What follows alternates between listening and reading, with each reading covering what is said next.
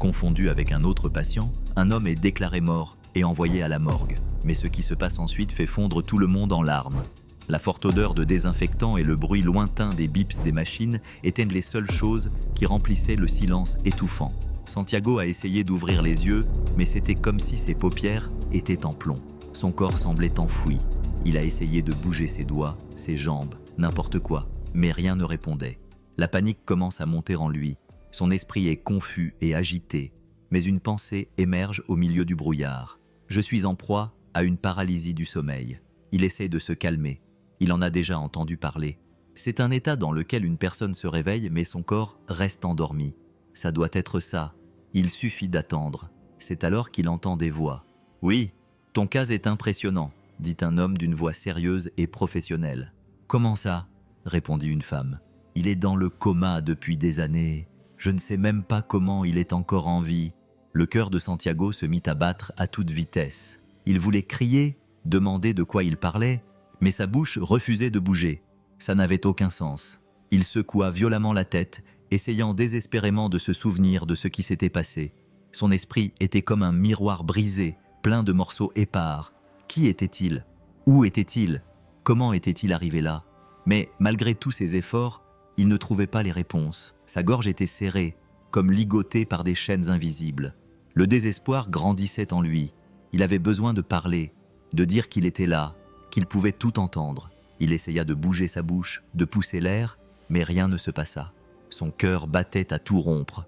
Le sentiment d'être piégé dans son propre corps était terrifiant. Il voulait crier, mais il ne pouvait même pas faire ça. Les voix du médecin et de l'infirmière continuaient de résonner dans la pièce. Ils parlaient de lui comme s'il n'était pas là, comme s'il n'était qu'un corps sans vie. Cette pensée le frappa comme une vague glaciale. « Qui suis-je » Il essaya de se souvenir. Il ferma les yeux très fort dans l'obscurité où il était piégé et fouilla son esprit à la recherche de quelque chose qui ait du sens. Soudain, une image apparut. Le son d'un rire enfantin et doux. Sa poitrine se serra. Une autre image. Une voiture qui arrivait trop vite. Des lumières vives. Ses yeux se fermèrent. Puis la douleur, une douleur intense. Le choc lui donna envie de crier à nouveau. C'était ça. C'était un accident. Il était dans une voiture, mais qui était avec lui? La peur grandissait encore plus. Le rire de l'enfant continuait de résonner dans sa tête. Qui était cet enfant? Où était-il maintenant? Les souvenirs étaient flous, confus, comme les pièces d'un puzzle éparpillées dans l'obscurité. Mais il y avait une chose dont il était sûr. Il n'était pas seul dans cette voiture. Le temps à l'intérieur de cette pièce était différent. Il semblait ne pas passer. Santiago ne savait pas s'il faisait jour ou nuit. Il ne voyait pas le soleil. Il ne sentait pas le vent. Tout ce qu'il avait, c'étaient les bruits de l'hôpital. Le bip des machines, les pas précipités dans le couloir, les voix lointaines des médecins et des infirmières. Mais aucun de ces bruits n'avait d'importance. Il attendait un autre bruit, quelque chose qui ne venait pas.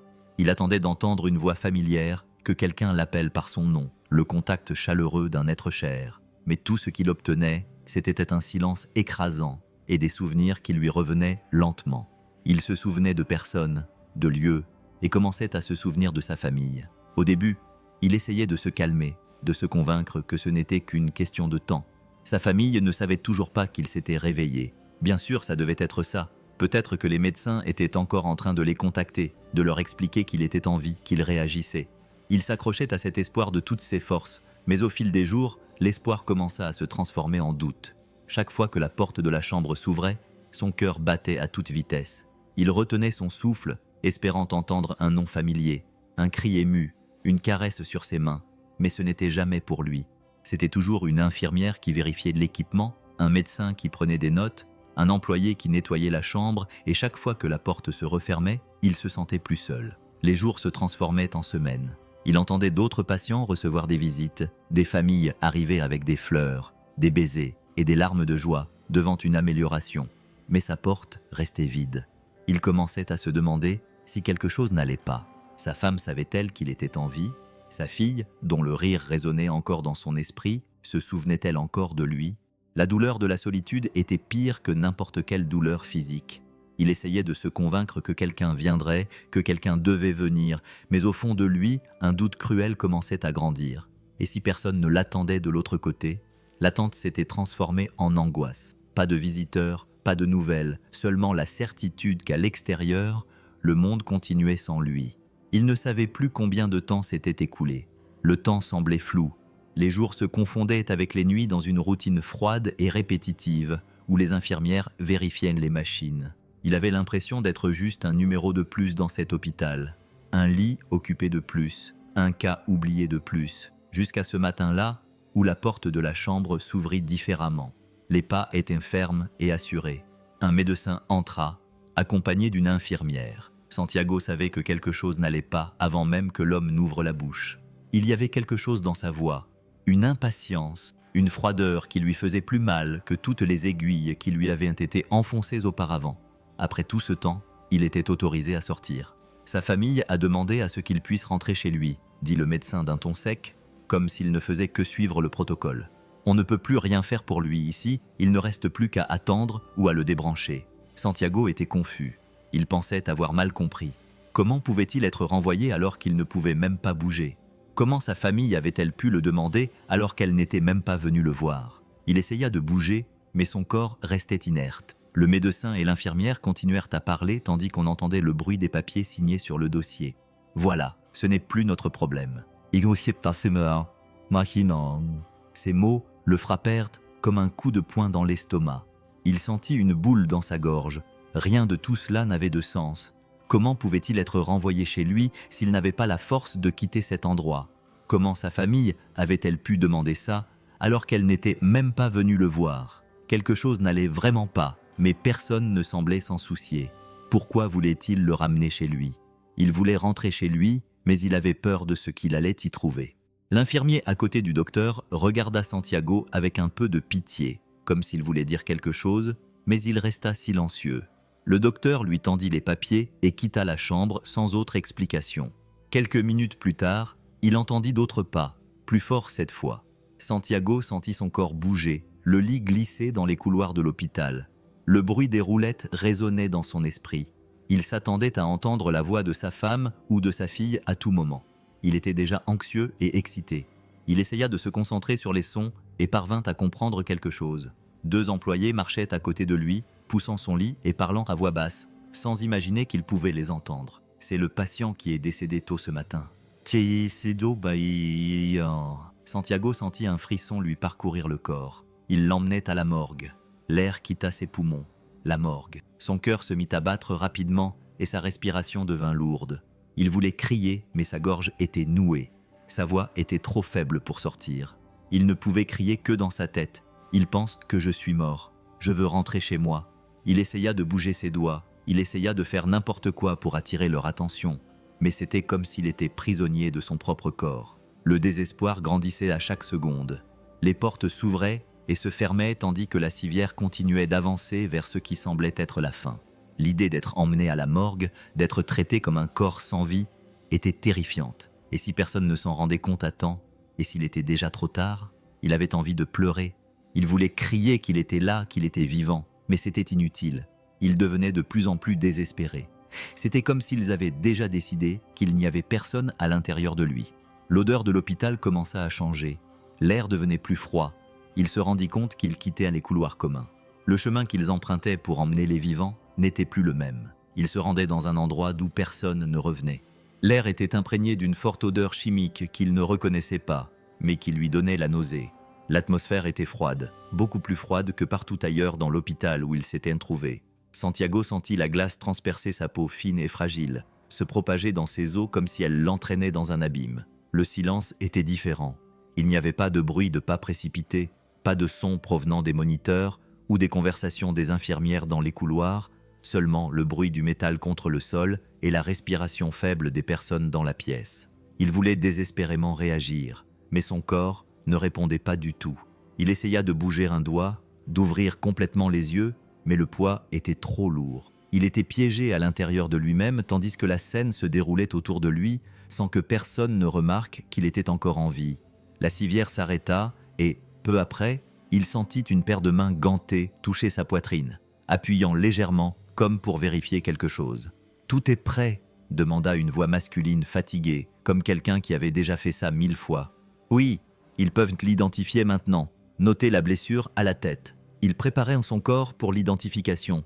Il était allongé là comme un cadavre, prêt à ce que quelqu'un confirme sa mort. Son cœur battait si fort dans sa poitrine qu'il croyait presque que tout le monde dans la pièce pouvait l'entendre. Mais personne ne l'entendait, personne ne le remarqua. Le contact des gants froids s'éloigna et il sentit un tissu fin être tiré près de son visage. Il se préparait à le recouvrir, à clore ce chapitre, à déclarer officiellement son décès. Une terreur incontrôlable s'empara de lui. S'il ne faisait rien maintenant, il n'aurait peut-être plus jamais d'autre chance.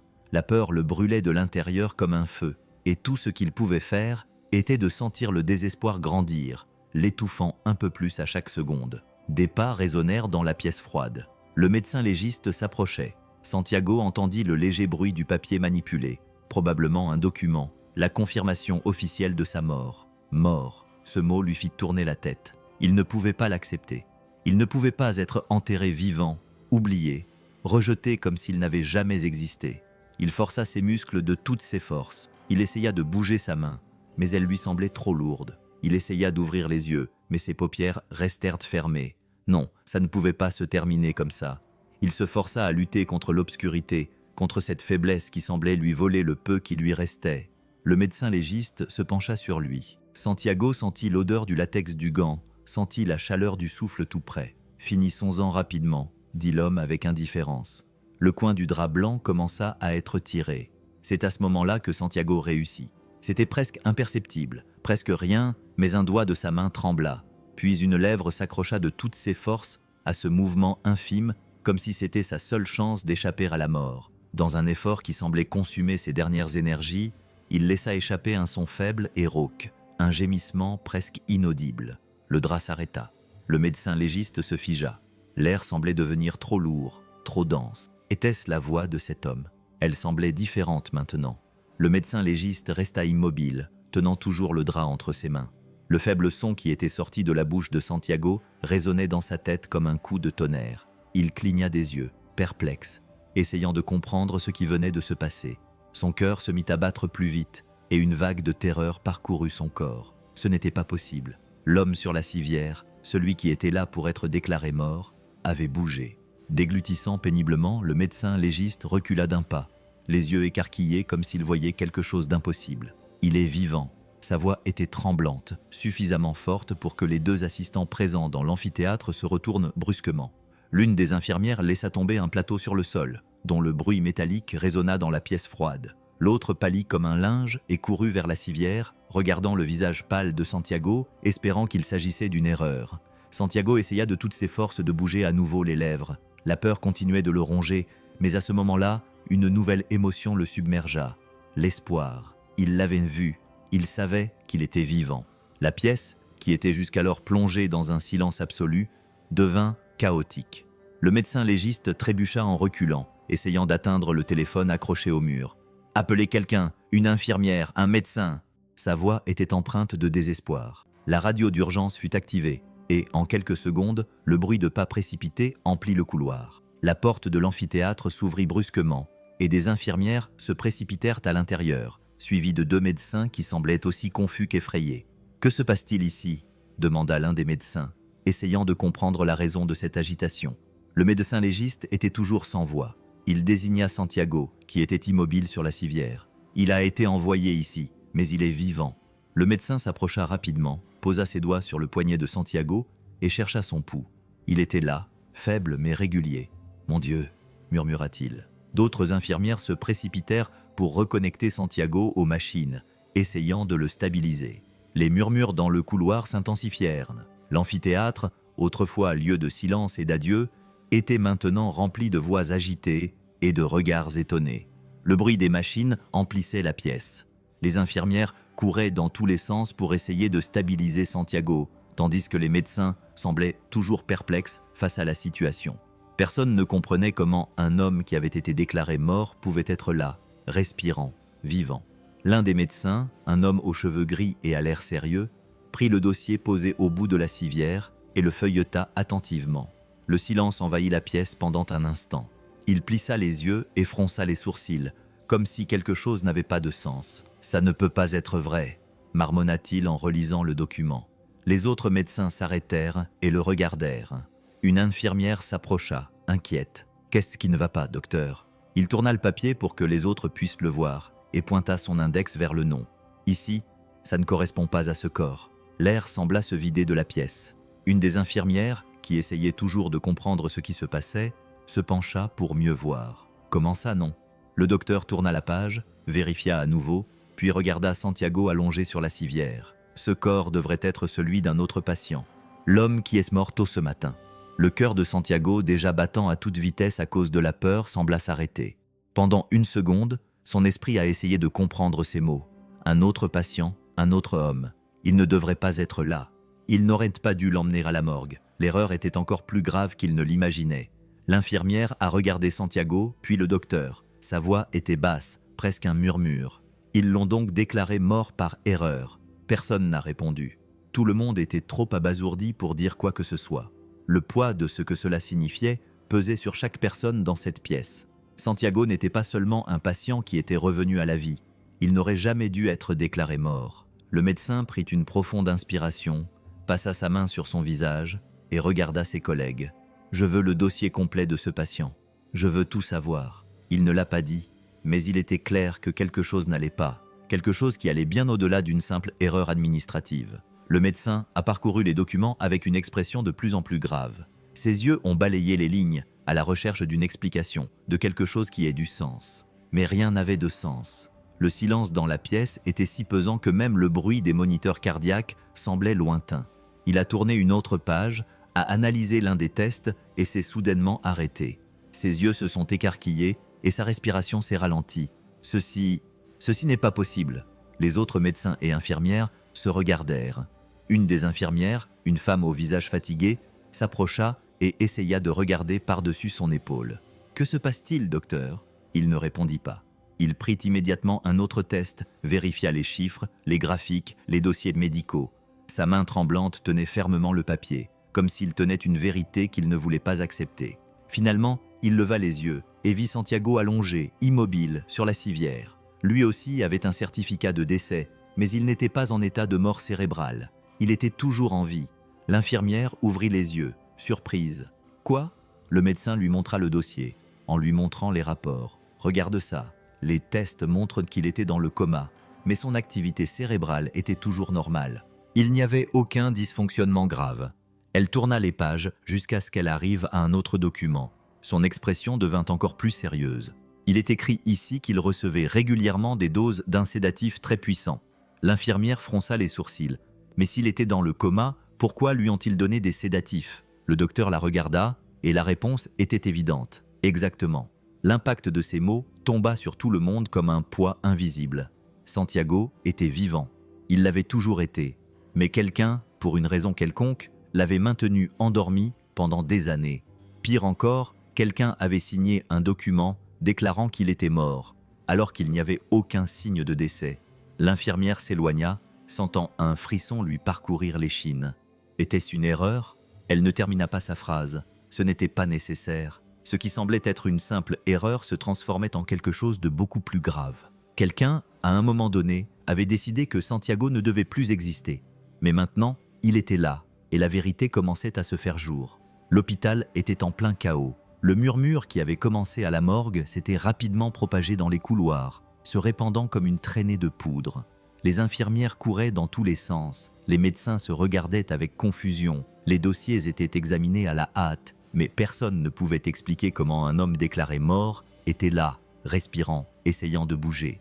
Santiago, encore faible, ressentait le bruit autour de lui comme un tourbillon lointain. Il ne comprenait pas tout ce qui se passait, mais il savait que c'était le moment. Il le regardait. Il était revenu. La civière fut poussée à la hâte hors de la morgue, les roues grinçant sur le sol lisse, tandis que les infirmières traversaient l'hôpital. Les regards effrayés des employés se posaient sur lui, mais personne ne s'arrêtait pour le réconforter. Personne ne le voyait comme un patient qui avait besoin d'aide. Il était toujours une erreur, un problème à résoudre. La peur grandissait en lui comme un nœud serré dans sa poitrine. Ils allaient le renvoyer dans cet endroit froid. D'une manière ou d'une autre, ils allaient quand même le faire disparaître. C'est alors qu'il entendit une voix différente au milieu du chaos. « Arrêtez, il a besoin de soins !» La voix était ferme, mais elle avait quelque chose que les autres voix n'avaient pas, de l'humanité. Une jeune infirmière s'approcha de la civière, repoussant les autres. Son visage était tendu, ses yeux pleins d'urgence. Elle prit la main tremblante de Santiago dans la sienne et la serra fort. « Tiens ma main, tu es en vie, batte-toi !»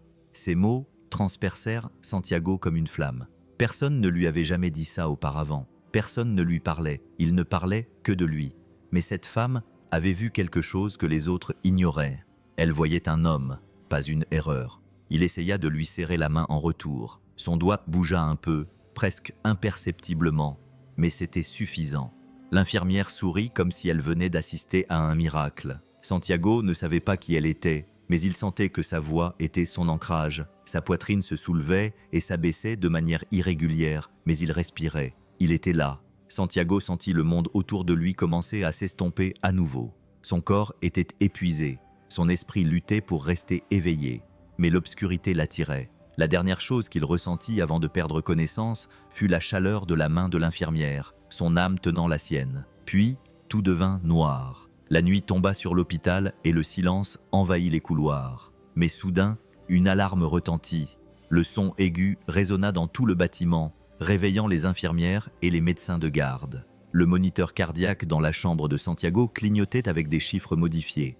Le graphique des ondes cérébrales montrait quelque chose d'inattendu. Il réagissait. Des pas précipités remplirent le couloir. Des voix retentirent dans des appels urgents. Code bleu. On a besoin d'une équipe ici tout de suite. Les portes s'ouvrirent brusquement et en quelques secondes, la chambre fut remplie de médecins et d'infirmières entourant Santiago. Ils ajustèrent les câbles, vérifièrent de l'équipement, essayant de comprendre ce qui se passait. Son cœur battait vite. Ses muscles auparavant immobiles commençaient à se contracter légèrement. Sa poitrine se soulevait et s'abaissait de façon irrégulière, comme s'il luttait pour respirer par lui-même pour la première fois depuis longtemps. « Il revient !» murmura une infirmière étonnée. Elle courut vers le lit et reprit la main de Santiago. « Allez, Santiago, écoute-moi, tu peux y arriver. » Puis, soudain, ses yeux s'ouvrirent. La lumière vive de la pièce l'aveugla pendant quelques secondes. Tout semblait flou. Il cligna plusieurs fois des yeux, essayant de comprendre où il était. Son esprit tournait à toute vitesse, son cœur battait à tout rompre, les voix autour de lui étaient confuses, les mots se mélangeaient, les visages lui étaient inconnus. Son corps était lourd, mais cette fois, il pouvait bouger. Un médecin se pencha sur lui. « Santiago, tu m'entends ?» Il cligna à nouveau des yeux. Ses lèvres étaient sèches, sa gorge brûlante. Avec effort, il réussit à ouvrir la bouche. La pièce devint silencieuse, quand sa voix sortit rauque, faible, mais pleine d'une profonde douleur. « Où est ma famille ?» L'air sembla disparaître de la pièce. Les médecins se regardèrent. Personne ne savait quoi dire. Le silence était pire que n'importe quelle réponse. Quelque chose n'allait pas, quelque chose de bien pire que ce qu'il pouvait imaginer. Santiago sentit le silence écrasant autour de lui. Sa question résonnait encore dans la pièce. Où était sa famille? Pourquoi personne ne répondait? Sa vision était encore floue, mais il pouvait voir les regards échangés entre les médecins, leurs visages tendus, la façon dont ils évitaient de le regarder. La peur grandissait en lui comme une vague sur le point de déferler. C'est alors qu'il sentit un toucher doux sur sa main. Il tourna la tête avec effort et vit Alma à côté de lui. Son visage ne cachait pas son inquiétude, mais elle avait aussi quelque chose que les autres n'avaient pas, de la compassion. Elle prit une profonde inspiration avant de parler, comme si elle choisissait ses mots avec soin pour ne pas le blesser davantage. « Santiago, dit-elle d'une voix basse, presque un murmure, tu es dans le coma depuis près de 4 ans. » La phrase le frappa comme un coup. Il cligna plusieurs fois des yeux, essayant d'assimiler ces mots, mais son cerveau refusait de les accepter. 4 ans, 4 ans. Sa poitrine se soulevait et s'abaissait rapidement. Sa respiration devint irrégulière. « Non, c'est pas possible. » Sa voix tremblait. Sa gorge était sèche. « C'est une erreur. » Alma lui serra la main comme pour le ramener à la réalité. « Je sais que c'est difficile, mais c'est la vérité. » Santiago sentit un frisson parcourir son corps, un désespoir s'emparer de lui. Son esprit se mit à vagabonder dans toutes les directions. Sa femme, sa fille, où était-elle? L'avait-elle attendue? L'aimait-elle toujours? Se souvenait-elle de lui? Que s'était-il passé pendant toutes ces années? Ses yeux se remplirent de larmes. Le poids de la perte, du temps volé à la vie qui avait continué sans lui, était insupportable. Il ferma les yeux un instant, essayant de repousser la douleur, mais il n'y avait pas d'échappatoire. Lorsqu'il les rouvrit, il regarda Alma avec désespoir. « Ma femme, où est Camila ?» Sa voix était brisée, pleine de peur. « Elle sait que je suis ici. » Le silence envahit la pièce. Aucun médecin ne répondit immédiatement. Les regards se croisèrent, certains détournèrent les yeux, d'autres semblaient indécis. Personne ne voulait être le premier à parler. « Je veux la voir, je veux lui parler maintenant. » Alma, qui était toujours à ses côtés, lui serra la main. Elle sentit que ce geste n'était ni un signe de soulagement ni de réconfort, mais de pitié. La voix de Santiago était basse, comme s'il avait peur de la blesser davantage. Il a regardé l'infirmière, la poitrine se soulevant et s'abaissant rapidement. « Où est-elle? Pourquoi personne ne me répond ?» Le médecin qui tenait le dossier médical a soupiré, s'est passé la main sur le front et a chuchoté à Alma. « Tu devais savoir. » Alma a hésité un instant, puis a regardé Santiago droit dans les yeux. « Camila, on pense que c'est elle qui a signé votre certificat de décès. On a trouvé un document qu'elle a envoyé par ordinateur pour demander que les machines soient débranchées. Et comme personne ne t'avait rendu visite depuis des années, l'air s'est échappé de tes poumons. Quoi? Au dernier moment avant de te transférer, il y a eu une confusion avec les papiers. Il avait été autorisé à sortir à la demande de sa famille, mais les infirmières ont reçu un certificat de décès. Et elle? Santiago eut l'impression de recevoir un coup de poing dans le ventre. Camila, sa femme, la femme qu'il aimait, avait accepté qu'il soit mort. Comment était-ce possible? Il cligna des yeux, essayant de comprendre. Non, ça ne peut pas être elle. Elle n'aurait jamais fait ça. Alma sembla hésiter, mais finit par prononcer son nom. C'est sur les papiers. C'est elle qui l'a autorisé. Santiago sentit ses yeux se remplir de larmes. Camila l'avait quitté. Il ne savait pas pourquoi. Il ne savait pas comment, mais ce qui n'était auparavant que de la peur se transformait maintenant en un profond vide. Si elle avait signé, alors peut-être qu'à ses yeux, il était vraiment mort. Il voulait croire qu'il s'agissait d'une erreur, que tout cela faisait partie de la confusion qui régnait à l'hôpital. Mais si elle avait vraiment signé, cela signifiait qu'à ses yeux, il était vraiment mort. « Je veux voir les papiers. » Sa voix était tremblante mais ferme. Les médecins échangèrent des regards incertains. Alma était la seule à rester à ses côtés, lui tenant la main comme si elle savait ce qui allait se passer. Le médecin avec le dossier soupira et fit signe à l'une des infirmières. Elle hésita un instant, puis se précipita hors de la pièce. Le silence qui suivit était pire que n'importe quelle réponse. Chaque seconde semblait durer une éternité. Puis, la porte s'ouvrit à nouveau et l'infirmière revint avec un dossier. Elle s'approcha du médecin et lui tendit les papiers sans dire un mot. Le médecin les examina attentivement jusqu'à ce qu'il s'arrête sur une page en particulier. Il l'étudia un instant, prit une profonde inspiration et tendit le papier à Santiago. « Le voilà », dit Alma en l'aidant à tenir la feuille pour qu'il puisse la lire. Ses yeux parcoururent la page avec anxiété, cherchant désespérément le nom de Camila. Et puis il le vit. Son nom était là, mais quelque chose n'allait pas. Son cœur se mit à battre plus vite. Il regarda la feuille de plus près. Elle avait l'air officielle. Toutes les informations étaient remplies, mais un détail attira son attention. Le nom de Camila était écrit par le système hospitalier. Il n'y avait pas de signature. Santiago cligna des yeux, perplexe. « Ceci n'est pas signé, docteur. » Le médecin le regarda, ne comprenant pas tout de suite. Santiago essaya de lever un peu la main, pointant du doigt avec difficulté. C'est son nom, mais elle n'a pas signé. Cela a été généré par ordinateur. La pièce devint silencieuse. Alma se pencha, analysant le document avec les autres. « Tu avais raison. Il devrait y avoir une signature ici, mais seul son nom est écrit. » Le docteur fronça les sourcils, prit les autres documents du dossier et commença à les comparer. Ça n'a pas de sens. Si c'est Camila qui l'a autorisé, pourquoi ne l'a-t-elle pas signé? Santiago ressentit à la fois du soulagement et de la peur. Du soulagement parce que Camila ne l'avait peut-être pas abandonné, mais de la peur parce que si ce n'était pas elle, alors qui avait déclaré son décès, et pire encore, pourquoi? Santiago sentit sa poitrine se serrer comme si un poids énorme la comprimait. Le document tremblait encore entre ses mains faibles, et la vérité fut un coup direct à son âme.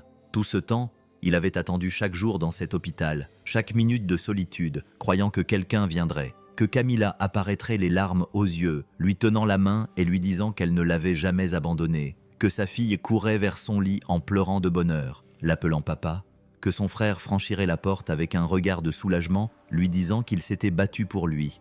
Mais personne n'est venu, pas un câlin, pas un mot, pas un regard. Il se souvenait de chaque instant passé dans cette chambre froide, à écouter le bruit des portes qui s'ouvraient dans le couloir et à retenir son souffle, espérant que ce serait sa famille. Mais la porte ne s'est jamais ouverte pour lui. Il a attendu les anniversaires, il a attendu Noël, il a attendu un signe que quelqu'un, quelque part, se souvenait encore de lui, Mais les jours se sont transformés en semaines, les semaines en mois, et la seule compagnie qu'il avait était un silence étouffant. La douleur dans sa poitrine était différente maintenant. Ce n'était plus seulement de la tristesse, c'était de l'abandon. Il l'avait oublié, laissé dans un lit, traité comme un fardeau, un numéro, un patient que personne d'autre ne voulait visiter. Il ferma les yeux et essaya de se souvenir du visage de sa fille.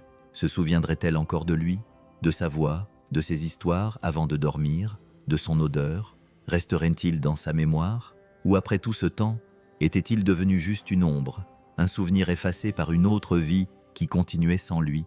Il déglutit péniblement et regarda Alma, qui était toujours à ses côtés, lui tenant la main comme si elle comprenait la douleur qu'il ressentait. Personne n'est venu, sa voix était faible, et il sentit ses yeux picoter. Toutes ces années, j'ai attendu et personne n'est venu. Alma ne répondit pas tout de suite. Ses yeux étaient remplis de larmes, car elle savait qu'il n'y avait aucun moyen d'apaiser cette douleur. Je suis vraiment désolé. Santiago prit une profonde inspiration, essayant de retenir ses larmes, mais il n'y parvint pas. Elles coulaient silencieusement, lourdes, chargées de tout ce qu'il avait perdu. Il n'avait pas seulement perdu 4 ans, il avait perdu sa famille. Le silence qui régnait dans la pièce après ses larmes était plus cruel que n'importe quel mot. Il ne voulait pas croire que sa femme et sa fille l'avaient complètement abandonné. À un moment donné, quelqu'un avait bien dû venir le voir, ne serait-ce qu'une seule fois. D'une voix faible, presque suppliante, il regarda Alma et demanda « Personne ? Personne n'est jamais venu ?» L'infirmière hésita. Sa fille l'avait complètement abandonnée. Son regard montrait qu'elle voulait trouver un moyen d'apaiser cette douleur, mais il n'y avait aucun moyen. Malgré tout, elle prit une profonde inspiration et répondit avec précaution « Votre frère, Esteban. » Santiago cligna des yeux, surpris. « Esteban ?» Alma hocha la tête. « Il est venu juste après que tu soyais tombé dans le coma, mais après cela, il n'est jamais revenu. » Le cœur de Santiago se mit à battre plus vite. Il se souvint de son frère, des conversations qu'ils avaient eues avant l'accident. Esteban était de la famille. Il l'avait toujours été. Alors pourquoi n'était-il jamais revenu s'il tenait vraiment à lui? Pourquoi avait-il disparu? Il ferma les yeux un instant, essayant de trouver une explication qui ait du sens. Peut-être était-ce difficile pour lui. Peut-être était-ce trop douloureux de voir son propre frère attaché à un lit sans aucune garantie qu'il se réveille. Mais alors, un doute commença à grandir en lui, une inquiétude qu'il ne pouvait pas chasser de son esprit. Si Esteban était venu au début et n'était jamais revenu, était-ce parce qu'il ne pouvait pas ou parce qu'il ne voulait pas? Santiago rouvrit les yeux et regarda Alma. Ça n'avait aucun sens. Il m'avait laissé ici et avait disparu. L'infirmière ne savait pas quoi répondre, mais au fond, Santiago savait déjà que c'était une question à laquelle il devait répondre lui-même. Il devait trouver Esteban. Il devait découvrir la vérité. Il regarda autour de lui. Il était resté là trop longtemps. S'il continuait à attendre des réponses, elles ne viendraient jamais. Il devait sortir de là. Il devait voir de ses propres yeux ce qui s'était passé dehors. Alma remarqua son regard déterminé. « Tu ne peux pas sortir comme ça », dit-elle avec inquiétude. Santiago tourna son visage vers elle, les yeux encore faibles, mais remplis d'une nouvelle émotion, la résistance. « Si je reste, je vais passer le reste de ma vie sans savoir ce qui m'est arrivé. » Elle se mordit la lèvre, mal à l'aise, et regarda vers la porte, puis vers les appareils auxquels il était connecté. L'hôpital ne le laisserait pas partir aussi facilement. Il voulait qu'il reste là, tranquille, acceptant tout ce qu'il lui disait, comme s'il n'avait jamais été enterré vivant dans son coma. Alma resta silencieuse un instant, puis elle prit une profonde inspiration. « Je vais t'aider. » Santiago la regarda avec surprise. « Tu ferais ça ?» Elle lui prit la main et lui dit d'un ton ferme « Tu ne mérites pas d'être piégé ici. Tu as une fille qui t'attend. S'il y a une chance de retrouver ta vie, tu dois essayer. » Le plan a commencé cette même nuit. Alma a attendu le moment où les couloirs étaient les plus vides. Elle a éteint les moniteurs petit à petit pour ne pas attirer l'attention. Elle lui a apporté des vêtements normaux et l'a aidé à les enfiler. Santiago se sentait faible, mais sa volonté était plus forte que toute faiblesse. Quand tout a été prêt, elle l'a regardé dans les yeux une dernière fois. « Tu peux le faire. » Santiago prit une profonde inspiration et, pour la première fois en 4 ans, il posa les pieds sur le sol. Son corps tremblait, ses muscles lui faisaient mal comme s'il était poignardé de l'intérieur, mais il n'allait pas abandonner. Avec difficulté, il fit un premier pas, puis un autre. Chaque pas était comme traverser un abîme, mais il continua d'avancer. Sa volonté était plus forte que n'importe quelle douleur. Avec l'aide d'Alma, Il traversa le couloir sans être vu. L'ascenseur descendit lentement jusqu'au rez-de-chaussée. Lorsque la porte s'ouvrit, l'air frais de la nuit lui frappa le visage. Il regarda la sortie de l'hôpital, la ville à l'extérieur, et sut qu'il n'y avait pas de retour en arrière possible. Les jambes tremblantes, mais le cœur déterminé, Santiago franchit la porte et entra dans le monde qui avait continué sans lui pendant 4 ans. Le vent froid de la nuit frappa le visage de Santiago. L'odeur était différente, l'air semblait plus lourd, chargé de quelque chose qu'il ne pouvait expliquer. Il regarda autour de lui, essayant de reconnaître les rues, les bâtiments, tout ce qui lui semblait familier, mais tout lui paraissait étrange. Les jambes encore faibles, il se mit à marcher, chaque pas lui semblant un défi. Les trottoirs étaient bordés de nouveaux commerces, d'enseignes qu'il n'avait jamais vues auparavant. Certains magasins qui étaient autrefois bondés étaient désormais fermés, couverts de poussière et abandonnés. D'autres qu'il ne reconnaissait pas brillaient de publicités modernes. La ville avait continué sans lui. Il croisa quelques personnes, espérant que quelqu'un le regarderait avec familiarité, que quelqu'un s'arrêterait et dirait « Santiago, tu es de retour ?» mais personne ne le reconnut. Les visages le dépassaient comme s'il n'était qu'un étranger parmi tant d'autres dans la foule. Sa poitrine se serra. Il s'arrêta devant un café où il avait l'habitude d'aller avec Camila. L'endroit était toujours là, mais le nom sur la façade avait changé. Le propriétaire, un homme qui l'accueillait toujours avec un sourire chaleureux, n'était plus derrière le comptoir. À sa place, une jeune femme servait les clients sans imaginer que l'homme debout sur le trottoir avait autrefois fait partie de ce quartier. Il continua à marcher, regardant chaque coin de rue, chaque mur, chaque visage, mais rien n'était plus pareil. Son monde avait changé. Il était un fantôme dans sa propre vie. La douleur grandissait en lui, se répandant dans tout son corps. Il ne savait pas ce qui était le pire. Avoir perdu 4 ans ou réaliser que même s'il était revenu, il n'y avait peut-être plus de place pour lui ici. Mais il restait encore une chose, sa maison, son foyer. S'il y avait une chose qui n'avait pas pu changer, c'était bien cet endroit. Il tourna au dernier coin de rue et sentit son cœur s'emballer. Là était sa maison, avec la même façade, le même balcon où il avait l'habitude de s'asseoir et de jouer avec sa fille. Pendant une seconde, il ressentit un soulagement. Peut-être que tout était encore à sa place. Peut-être que Camila et Valentina l'attendaient à l'intérieur sans savoir qu'il était de retour. Mais alors, il le vit. Les fenêtres avaient des rideaux différents. Il y avait une voiture inconnue dans le garage. Le jardin qu'il entretenait le dimanche était maintenant rempli de fleurs qu'il n'avait jamais plantées. Quelque chose n'allait pas, vraiment pas. Il traversa lentement la rue, la poitrine serrée et le souffle court. Il s'arrêta devant le portail, les jambes flageolantes. Avant qu'il n'ait pu rassembler le courage de frapper, la porte d'entrée s'ouvrit et une femme sortit, un petit enfant dans les bras. Ce n'était pas Camila. L'enfant regarda Santiago avec curiosité, ne reconnaissant pas l'homme qui se tenait là, regardant sa maison comme s'il était un fantôme. Le sol se déroba sous ses pieds. Une autre famille vivait là. Santiago porta une main à son front, comme s'il essayait de mettre de l'ordre dans ses pensées. Ça n'avait aucun sens. Sa maison, sa vie, tout ce qu'il avait construit était là, mais pas pour lui, pour ces gens-là. Il essaya de ravaler la boule qu'il avait dans la gorge, mais sa voix était tremblante lorsqu'il demanda « Camila, elle vit ici ?» La femme le regarda avec perplexité. « Camila ? Non, monsieur, on a acheté cette maison il y a plus de 2 ans. » La réponse fut comme un coup de poing. 2 ans. Ça voulait dire que Camila avait vendu la maison. Elle était partie. Tout ce qui lui avait appartenu n'existait plus.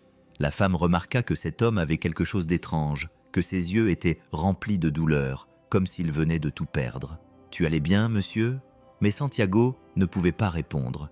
Il fit juste un pas en arrière, puis un autre, et se détourna, sentant son cœur se briser. Il n'avait plus de maison, il n'avait plus rien. Santiago marchait sans but, sentant le poids de la réalité l'écraser à chaque pas. Le monde autour de lui semblait identique, mais plus rien ne lui appartenait. Sa maison, sa famille, tout ce qu'il avait autrefois considéré comme son foyer n'était plus qu'un souvenir. Il avait besoin de réponses. Il avait besoin de savoir où était Camila, où était sa fille. C'est alors qu'il vit un visage familier au coin de la rue. Un homme aux cheveux gris fermait la porte d'une vieille maison. Le cœur de Santiago se mit à battre à toute vitesse. C'était Monsieur Ramiro, le voisin qui vivait là. Pendant des années, il avait toujours discuté avec lui sur le trottoir. Il avait vu Valentina grandir. D'un pas hésitant, il s'approcha. « Monsieur Ramiro, c'est moi, Santiago. » L'homme leva les yeux et se figea. Ses yeux s'écarquillèrent et sa bouche s'ouvrit, mais aucun mot n'en sortit. On aurait dit qu'il avait vu un fantôme. « Ce n'est pas possible », murmura-t-il en reculant d'un pas. « C'est impossible. » Santiago sentit une boule dans sa gorge. « Je sais que ça semble fou, mais je suis là. Je ne suis pas mort à l'hôpital.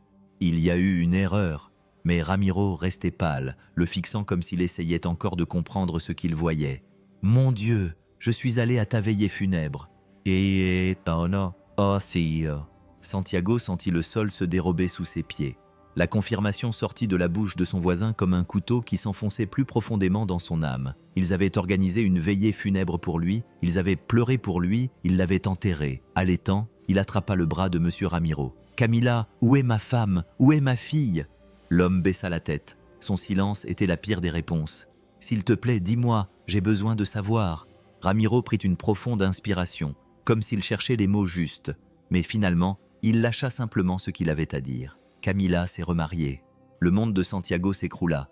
Il avait l'impression de ne plus pouvoir respirer, ses jambes faiblissaient, son cœur battait trop vite. Sa femme, la femme qui avait promis de l'attendre, était partie avec un autre homme. Ses yeux se remplirent de larmes. « Et ma fille ?» Ramiro le regarda avec pitié. « Elle aussi pense que tu es mort. » Santiago ne pouvait plus parler. Son corps était là, mais son âme était brisée. Il n'avait plus de maison, il n'avait plus de femme, il n'avait plus de nom pour le monde. Il n'existait plus, mais Valentina était toujours là, et pour elle, il devait continuer. Santiago sentit son sang se glacer. L'air autour de lui devint trop lourd, comme si le monde était soudainement devenu sombre. Il essaya de comprendre tout ce qu'il venait d'entendre, mais son esprit refusait de l'accepter. Camila s'était remariée, Valentina le croyait mort. Son nom avait été effacé de sa propre vie, mais il y avait pire encore. S'ils avaient vraiment organisé une veillée funèbre pour lui, alors il y avait une tombe avec son nom dessus. Ses pieds se mirent à bouger avant même qu'il ne s'en rende compte. Le désespoir le submergea et, soudain, il se mit à courir. Monsieur Ramiro l'appela, alarmé, mais Santiago ne s'arrêta pas. Le cimetière était à quelques pâtés de maison. Il connaissait cette route, il l'avait déjà empruntée, mais il n'aurait jamais pensé qu'un jour, il le ferait pour voir sa propre tombe. Le vent froid lui fouettait le visage, mais il ne le sentait pas. Son cœur battait si fort qu'il en avait mal. Quand les portes en fer apparurent devant lui, il s'arrêta un instant. Le silence à l'intérieur était différent, lourd, comme si le temps lui-même s'était arrêté. Il sentit une main toucher son épaule. C'était Ramiro qui l'avait suivi. « Tu es sûr de vouloir faire ça ?» Santiago ne répondit pas. Il continua simplement à marcher. Ses pas étaient précipités, mais son esprit était ailleurs. Il essaya de se convaincre qu'il ne trouverait rien. Peut-être que le voisin s'était trompé. Peut-être que tout ça n'était qu'une grosse erreur. Mais au fond de lui, il connaissait la vérité. Les allées entre les tombes étaient étroites, et à chaque nom gravé sur les pierres tombales, sa poitrine se serrait davantage. Puis il le vit. Son corps se figea. Ses yeux s'écarquillèrent. Ses jambes se sont dérobées sous lui, et il a eu l'impression qu'il allait s'effondrer là, devant une pierre tombale froide, sur laquelle était gravé son nom, sa photo, sa date de naissance et la date de sa mort, il y a près de 4 ans. Il avait l'impression de ne plus pouvoir respirer. Son estomac se nouait et sa tête tournait. « Mon Dieu !» murmura Ramiro en regardant la pierre tombale à côté de lui. Santiago tomba à genoux. Le monde autour de lui semblait disparaître à ce moment-là. La seule chose qui existait était ce morceau de pierre disant qu'il était mort. Mais il était là, vivant. Il passa ses doigts tremblants sur la photo, sur son nom, essayant de comprendre comment c'était possible. Ils m'ont vraiment enterré. Une larme coula sur son visage. Il ne savait pas si c'était de la colère, de la douleur ou du désespoir. Peut-être tout cela à la fois. Ils m'ont tué. La vérité était désormais impossible à ignorer. Pour le monde, il n'existait plus. Mais il était là, et il allait découvrir qui lui avait fait ça. Santiago resta agenouillé devant la pierre tombale, incapable de bouger. Le vent froid soufflait sur lui, mais rien ne pouvait le sortir de son état. Ses yeux étaient fixés sur le nom gravé sur la pierre, son nom, celui qu'il avait porté toute sa vie, celui que ses parents avaient choisi avec amour, celui que Camila murmurait quand elle lui disait qu'elle l'aimait, celui que Valentina prononçait avec joie quand elle courait dans ses bras. Maintenant, ce nom était là, emprisonné dans une tombe, comme si son histoire était terminée. Une larme coula lentement sur son visage, suivie d'une autre, puis d'une autre. Il essaya de retenir ses larmes, essaya d'être fort, mais comment pouvait-il arrêter la douleur de voir sa propre existence effacée? Il se sentait vide à l'intérieur, comme si son âme avait été arrachée. Il voulait crier, mais il n'en avait pas la force. Sa voix était coincée dans sa gorge, noyée par le désespoir. Monsieur Ramiro s'agenouilla à côté de lui et posa une main sur son épaule. « Mon garçon, je ne sais pas quoi dire. » Santiago ferma les yeux un instant, essayant de trouver en lui quelque chose qui était encore intact, mais tout ce qu'il ressentait, c'était le vide. « Ils m'ont vraiment oublié », dit-il d'une voix basse, presque un murmure. Ramiro lui serra doucement l'épaule. « Ne dis pas ça. Peut-être qu'il ne savait pas non plus. » Et oh, voici encore. Santiago ouvrit les yeux et regarda le ciel sombre. Sa fille Valentina. Est-ce qu'il comptait encore pour elle? Son visage s'illuminerait-il lorsqu'elle le verrait après tout ce temps? Ou bien ne serait-il plus qu'un lointain souvenir, quelque chose que la vie lui avait enlevé? Il passa sa main sur son visage, essuyant ses larmes avec difficulté. Comment retrouver une vie qui a déjà été enterrée? Ramiro soupira, ne sachant pas quoi répondre. Santiago baissa la tête, prit une profonde inspiration et tenta de rassembler le peu qui lui restait. Il avait tout perdu, mais il lui restait encore quelque chose, sa fille Valentina. Il passa ses mains sur son visage, essayant de contenir son désespoir. Comment puis-je simplement me présenter maintenant? Comment puis-je regarder ma fille après tout ça? Ramiro posa une main sur son épaule et lui dit fermement « Parce que tu es toujours son père. » Santiago leva la tête, les yeux encore remplis de larmes. « Et si elle ne me reconnaît pas? Et s'il était trop tard ?» Ramiro prit une profonde inspiration. Il n'y a qu'un seul moyen de le savoir. Santiago savait qu'il avait raison. La peur n'avait pas d'importance. La douleur n'avait pas d'importance. Valentina était toujours là, et il devait la voir, même si c'était pour la dernière fois. Il se passa les mains sur le visage, essayant de rassembler ses pensées, mais tout ce qu'il ressentait, c'était de la peur d'être rejeté, la peur de ne plus rien représenter pour la fille qu'il aimait tant. Ramiro l'observait en silence, comme s'il attendait la décision qui avait déjà été prise en lui. « Tu vas la voir. » Santiago prit une profonde inspiration. « Je dois le faire. » Le voisin acquiesça, comprenant la douleur dans ses mots, mais je ne peux pas simplement me présenter devant elle. Non. Maintenant, Ramiro comprenait. « Regarde-la de loin. » Santiago le regarda, et pour la première fois, il ressentit une petite lueur d'espoir. Peu importe ce qui se passerait ensuite, il devait la voir, même si ce n'était que pour un instant, même si c'était de loin, même si elle le voyait toujours comme un fantôme, parce qu'à ce moment-là, voir Valentina était la seule chose qui le maintenait en vie. Santiago passa la nuit éveillé, assis sur le petit canapé de la maison de Monsieur Ramiro, l'esprit rempli de souvenirs et de doutes. Il essaya plusieurs fois de fermer les yeux, mais chaque fois qu'il le faisait, il voyait le visage de Valentina tel qu'il s'en souvenait. Une fille souriante, aux cheveux lâchés, qui courait se jeter dans ses bras chaque fois qu'il rentrait à la maison. Mais maintenant, elle n'était plus cette fille. Elle avait grandi. Elle avait vécu 4 ans sans lui. Existait-elle encore dans sa mémoire? Le lendemain matin, Ramiro revint avec les infos qui l'attendaient. Valentina étudiait dans une école à quelques pâtés de maison. Chaque jour, en fin d'après-midi, elle sortait par la porte principale accompagnée d'autres enfants. Santiago sentit son cœur battre plus vite. L'occasion de la voir, de regarder son visage, était juste devant lui. Peu avant la fin des cours, il se dirigea vers l'école, se cachant dans des rues qui lui semblaient de plus en plus étranges. Lorsqu'il arriva au mur latéral de l'école, il s'arrêta. De l'autre côté, il entendait les voix des enfants, leurs rires, leurs jeux. Tout était si proche et pourtant si loin. Prudemment, il s'approcha de la clôture et regarda à travers les interstices. Puis son monde s'arrêta. Elle était là. Valentina sortait du bâtiment, main dans la main avec une amie, les cheveux attachés en queue de cheval, vêtue de son uniforme bleu et blanc. Il semblait un peu trop grand pour son corps mince, mais elle marchait d'un pas léger, avec la joie innocente d'une fille qui n'a aucune idée que de l'autre côté de la rue, quelqu'un se bat pour ne pas s'effondrer. Santiago retint son souffle. Sa poitrine lui faisait mal d'une manière qu'il ne pouvait expliquer. 4 ans avaient passé. Elle était plus grande, son visage avait changé, mais elle était toujours sa fille, sa Valentina. Il voulait courir vers elle, l'appeler par son nom, prendre ses petites mains et lui dire qu'il n'avait jamais voulu partir, mais la peur le paralysait. Et si elle ne le reconnaissait pas? Et si elle s'enfuyait? Et si elle pleurait, effrayée par un inconnu qui prétendait être son père? La colère lui serra la gorge, mais il ne détourna pas le regard. Il resterait là jusqu'à ce qu'elle disparaisse parmi les enfants et qu'il ne puisse plus la voir. Au moins, ainsi, il serait sûr qu'elle allait bien, qu'elle vivait sans lui. Mais alors, sans prévenir, Valentina s'arrêta. Elle regarda autour d'elle comme si elle avait senti quelque chose, comme si elle savait d'une manière ou d'une autre que quelqu'un de l'autre côté de la rue était là pour elle.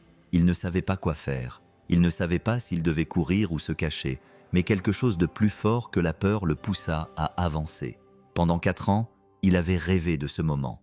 4 ans sans entendre sa voix, sans sentir ses bras autour de lui. S'il ne parlait pas maintenant, il n'aurait peut-être plus jamais d'autre chance. Il déglutit péniblement, la poitrine tremblante, puis, sans s'en rendre compte, sa voix sortit. Valentina murmura presque, si bas que sa voix aurait pu se perdre dans le bruit des voitures et les rires des enfants, mais elle ne se perdit pas pour la jeune fille. Elle s'arrêta, tout son corps tendu. Santiago retint son souffle. Elle l'avait entendu. Il vit sa petite main lâcher celle de son ami. Ses yeux, qui étaient distraits auparavant, se remplirent soudainement d'une émotion qu'il ne pouvait comprendre.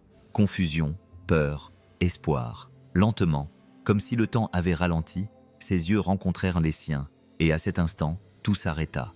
Le bruit autour d'eux disparut. Les voitures s'évanouirent, les voix s'estompèrent. Seul ce regard existait. Santiago sentit une boule dans sa gorge.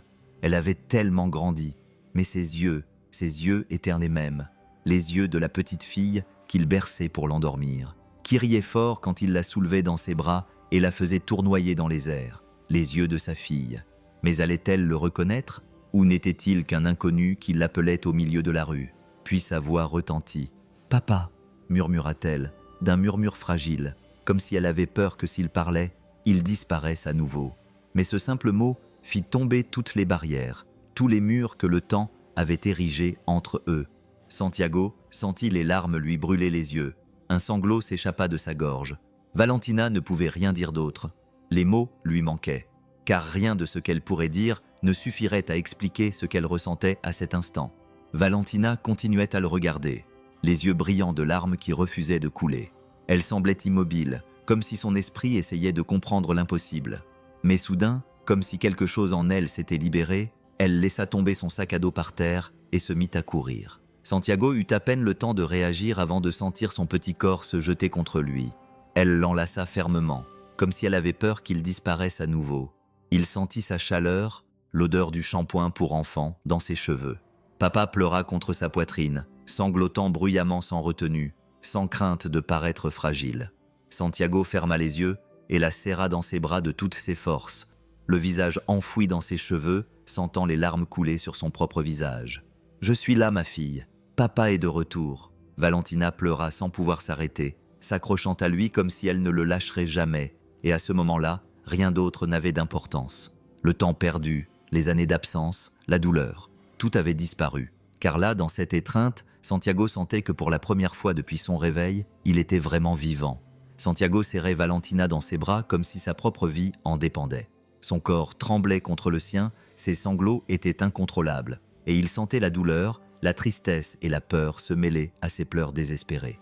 Il ferma les yeux, sentant les larmes couler sur son visage. Après tout ce qui s'était passé, après 4 années d'obscurité et d'abandon, il était là avec elle. « Papa est de retour », murmura-t-il en la serrant plus fort dans ses bras, comme s'il voulait rattraper chaque seconde perdue. Valentina prit son visage entre ses petites mains, le regardant à travers ses larmes. « Je pensais que je ne te reverrais jamais. Maman disait que tu étais au paradis. » La douleur dans la poitrine de Santiago s'intensifia. Sa fille avait grandi en croyant qu'il était mort. Combien de fois avait-il pleuré? Combien de nuits avait-il passé à serrer une photo d'elle dans ses bras, essayant de se souvenir de sa voix? Il passa sa main dans ses cheveux et l'embrassa sur le front. « Je sais, mon amour, mais je suis là maintenant. Je ne te quitterai plus jamais. Je te le promets, Valentina. » Elle pleura encore plus fort et se blottit contre lui, mais ce moment fut interrompu. Une voix retentit derrière eux, une voix que Santiago connaissait très bien, mais qui semblait maintenant différente, froide, effrayée. Le corps de Santiago se raidit. Il le savait avant même de se retourner. Camila se retourna lentement, toujours en serrant Valentina dans ses bras. Quand ses yeux rencontrèrent ceux de sa fille, il vit quelque chose qu'elle n'avait pas prévu. Ce n'était pas seulement de la surprise, c'était de la peur. Elle couvrait sa bouche de ses mains, les yeux écarquillés comme si elle voyait quelque chose d'impossible. Ça ne peut pas être vrai. Santiago sentit un frisson lui parcourir le corps. Il y avait quelque chose d'anormal dans la façon dont elle le regardait, quelque chose qui allait au-delà du choc, quelque chose qu'il ne comprenait pas encore mais qu'il allait bientôt découvrir. Son visage était pâle, sa bouche tremblait, ses yeux étaient remplis de larmes. Mais ce qui le dérangeait, c'était quelque chose qu'il ne s'attendait pas à voir. Ce n'était pas seulement de la surprise ou de l'excitation, c'était de la peur. Le silence entre eux pesait comme un mur. Camilla recula d'un pas, comme si son corps refusait de croire ce qu'elle voyait. Sa voix était étranglée, presque sans air. « Comment es-tu vivant ?» Le cœur de Santiago battait encore plus fort. Elle ne lui demanda pas où il avait été. Elle ne lui demanda pas ce qui s'était passé. Elle lui demanda comment il était encore en vie, comme si elle savait d'une manière ou d'une autre qu'il ne devrait pas être là. Camilla se couvrit le visage de ses mains et fondit en larmes. Son corps tremblait. Les gens autour d'eux commencèrent à les regarder, murmurant, essayant de comprendre pourquoi une femme pleurait si désespérément devant un homme qui, pour tout le monde, n'était rien de plus qu'un étranger. Santiago fit un pas en avant, toujours avec Valentina dans les bras, et sa voix était pleine de douleur. « Tu savais ?» Camilla leva les yeux, ses yeux rougis brillants d'une lueur qu'il ne pouvait déchiffrer. Sa voix se brisa. « Tu savais que j'étais en vie. » Elle secoua rapidement la tête, mais sans conviction. « Santiago, ça n'a aucun sens. » Santiago ferma les yeux un instant, essayant de contrôler les émotions qui le submergeaient. Sa peur, la façon dont elle le regardait, tout indiquait qu'il y avait quelque chose de beaucoup plus important derrière cette histoire. Valentina se blottit contre lui, confuse par la situation, mais il la serra fort dans ses bras, comme si la seule chose qui comptait à ce moment-là était la fille qu'il avait failli perdre pour toujours. Camilla tomba à genoux sur le sol, sanglotant, incapable de dire quoi que ce soit d'autre. Santiago sentit sa poitrine brûler. Que lui avait-il fait? Que avait-il fait à sa famille? Camilla resta sur le sol, les épaules secouées par le poids de ses pleurs qui semblaient interminables. Le monde autour d'eux s'estompa, les voix des gens s'éloignèrent, comme si rien d'autre n'existait à part la douleur suffocante de cet instant. Santiago regarda la femme qu'il avait autrefois aimée plus que tout, maintenant brisée devant lui, et son cœur, déjà brisé, se brisa encore plus entre ses mains tremblantes. Camilla leva son visage baigné de larmes et le regarda. Il y avait quelque chose dans ses yeux qui lui coupa le souffle.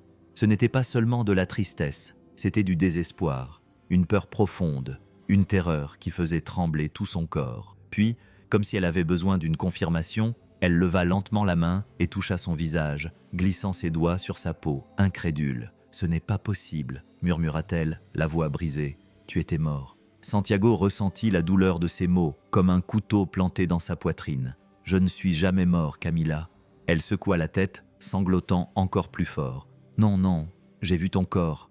Il tremblait, Esteban. Il m'a montré les photos. » Santiago sentit un frisson. « Quelles photos ?»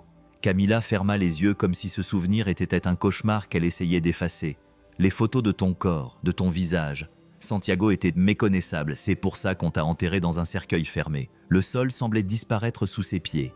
Santiago sentit son sang se glacer, et pendant un instant, il ne put respirer. Esteban, son frère, la seule personne qui était allée le voir avant sa mort. C'était lui qui était derrière tout ça. Il avait tout manipulé. Santiago serra les poings, sentant la colère monter en lui, mêlée au désespoir de savoir qu'une personne si proche l'avait enterré vivant. Camilla continuait de pleurer, les larmes coulant sans s'arrêter. « Mon Dieu, Santiago, je t'ai enterré. J'ai pleuré pour toi tous les jours. Je dormais en serrant dans mes bras la photo qu'il m'avait donnée. Comment est-ce possible ?» Santiago sentit sa poitrine se serrer. Camilla avait aussi été trompée. Son désespoir était réel, sa douleur, son chagrin. Tout ça n'était qu'un mensonge créé par quelqu'un qui les avait manipulés. Il prit son visage entre ses mains, la forçant à le regarder. « Je suis là, je ne suis jamais mort. Mais quelqu'un s'est assuré d'effacer mon existence. » Camilla sanglotait, fermant les yeux, sentant la vérité lui écraser la poitrine. C'était Esteban. Santiago n'avait pas besoin de demander, il savait déjà. Son propre frère l'avait trahi, et maintenant, il devait découvrir pourquoi. Esteban, son frère, la seule personne qui était à l'hôpital après qu'il soit tombé dans le coma, la seule personne qui savait qu'il était encore en vie, la seule qui aurait pu tout planifier. Tout son corps tremblait. Pendant toutes ces années, il avait essayé de comprendre ce qui s'était passé, essayé de trouver une raison pour laquelle il avait été oublié, déclaré mort. Mais maintenant, tout prenait sens. Ce n'était pas une erreur. Ce n'était pas une erreur de l'hôpital. C'était un mensonge qui avait duré 4 ans. Camilla était toujours agenouillée devant lui, le visage couvert de larmes, les yeux reflétant la culpabilité, la peur et une douleur dont Santiago ne savait pas si elle disparaîtrait un jour. « Il s'est occupé de tout », murmura Santiago, la voix brisée. « Quand ils m'ont dit que tu étais mort, je n'arrivais pas à y croire, mais Esteban est arrivé. Il a apporté les papiers, les photos, et il a organisé les funérailles. Santiago ferma les yeux. Son frère avait tout fait. Il n'avait pas seulement raconté le mensonge, il l'avait transformé en réalité. Camila déglutit péniblement, tremblant de la tête aux pieds. Il m'a dit que je devais être forte, que Valentina ne devait pas voir ma douleur. Mais maintenant je la vois. Elle leva les yeux vers lui en sanglotant. Il m'a trompé. Santiago sentit une profonde colère monter en lui brûlant la poitrine. Il avait confié sa vie à Esteban. Il n'aurait jamais imaginé que la trahison viendrait de quelqu'un de sa propre famille. Il serra les poings, fixant le sol, l'esprit en ébullition. Pourquoi sa voix était-elle si basse, pleine de douleur? Pourquoi m'a-t-il fait ça? Camila secoua la tête. Je ne sais pas, Santiago, mais il était le seul à avoir accès à tout. Il nous a convaincus que tu ne reviendrais jamais. Santiago prit une profonde inspiration, essayant de contenir la fureur qui grandissait en lui. Il avait perdu 4 ans de sa vie. Il avait perdu sa famille, il avait été oublié. Et maintenant, il savait que quelqu'un avait voulu que cela arrive. Son regard se durcit. Si Esteban avait passé 4 ans à croire qu'il était enterré, le moment était venu de montrer qu'un homme mort était revenu. Pour régler ses comptes, Camila tremblait encore, le visage pâle et les yeux gonflés d'avoir tant pleuré. Elle passa ses mains sur son visage, essayant de retenir ses larmes, mais sa voix était encore tremblante lorsqu'elle se mit à parler. C'était un jour, peu de temps après que tout soit arrivé. Esteban s'est pointé chez moi. Il était sérieux. Il avait apporté un dossier plein de papiers. Il a dit que c'était les papiers de l'hôpital, le certificat de décès, tout ce qui était officiel. Santiago serra les poings. Il pouvait imaginer la scène clairement, son frère faisant semblant d'être dévasté, lui remettant ses papiers et mettant fin à son existence. Camila a pris une grande inspiration, essayant de contrôler ses larmes, mais il était évident que revivre cette scène la brisait à nouveau. Elle m'a serré dans ses bras et m'a dit qu'elle était vraiment désolée, qu'elle voulait être là pour m'aider à aller de l'avant. Santiago a serré les dents. Si tu l'as cru, elle l'a regardé, les yeux pleins de culpabilité. Comment aurais-je pu ne pas le croire, Santiago? J'ai vu les photos. Elle m'a montré des images horribles. Elle m'a dit que tu avais beaucoup souffert à l'hôpital, que ton corps n'avait pas tenu le coup. Les mains de Santiago tremblaient. Esteban avait tout simulé. Camila se serra dans ses bras comme pour se protéger de ce souvenir. Elle m'a dit que tu voulais que je passe à autre chose, que tu détesterais me voir souffrir, que Valentina avait besoin que je sois forte. Santiago eut un goût amer dans la bouche. Et tu as tourné la page. Camila a dégluti et détourné le regard. J'ai essayé. Santiago a senti sa poitrine se serrer. Il voulait crier, il voulait des réponses. Il voulait comprendre. Comment était-ce possible? Mais au fond de lui, la vérité était déjà claire. Esteban avait tout planifié. Il avait effacé Santiago de sa propre vie et pris le contrôle de ce qui ne lui appartenait pas. Santiago sentait la rage monter en lui comme un feu impossible à éteindre. Le sang battait dans ses tempes. Ses poings serrés tremblaient. Il ne voulait pas y croire. Mais toutes les pièces du puzzle se mettaient en place. Esteban avait simulé sa mort. Son propre frère, celui qui aurait dû se battre pour lui, avait décidé qu'il ne méritait pas de vivre. Camila essuya ses larmes avec des mains tremblantes, mais son regard ne reflétait plus seulement la culpabilité, mais aussi la douleur de quelqu'un qui avait réalisé trop tard qu'il avait été trompé. Santiago passa ses mains sur son visage, essayant de contenir la fureur qui grandissait à chaque mot qu'elle prononçait. Pendant que je pourrissais dans un lit d'hôpital, il était là. Camila ferma les yeux, le visage pâle. C'était lui dont je pensais avoir besoin. Il était toujours là, disant qu'il ferait tout pour prendre soin de moi et de Valentina. J'étais dévasté, et il le savait. Maintenant, tout s'expliquait. Pendant que Santiago était prisonnier du coma, abandonné à l'hôpital comme un mort-vivant, Esteban était devenu le héros de la famille. C'était le frère dont Camila rêvait. C'était lui qui veillait à ce que Valentina ne manque pas son père. C'était lui qui était devenu indispensable, qui avait pris une place qui n'aurait jamais dû être la sienne. Santiago sentit sa poitrine brûler. Il voulait garder ce qui m'appartenait. Camila ne répondit pas, mais son silence en disait long. Santiago prit une profonde inspiration, luttant contre la rage qui montait en lui. « Dis-moi la vérité, Camila. Qu'a-t-elle fait d'autre » Elle ferma les yeux comme si elle voulait échapper à la question. Mais ensuite, d'une voix tremblante, elle se mit à parler. « Au début, je voulais juste aider. Du moins, c'est ce qu'il semblait. » Santiago continua à la fixer sans cligner des yeux. « Continue, Camila. » Elle passa nerveusement ses mains sur son visage. Après les funérailles, il était toujours là. Chaque jour, il venait avec quelque chose pour Valentina. Il aidait à la maison. Il m'a emmené régler des trucs à la banque. Santiago a ressenti un frisson et n'a jamais soupçonné quoi que ce soit. Elle s'est mordu les lèvres, serrant les mains sur ses genoux. Elle pensait que c'était de la tension. Santiago n'avait jamais été comme ça auparavant, mais à ce moment-là, je ne voyais que de la douleur. Sago la regarda intensément, sentant le poids de la vérité qu'il était sur le point d'entendre. Mais Camila acquiesça, le regard perdu, dans un souvenir douloureux. D'abord, il y avait les gestes.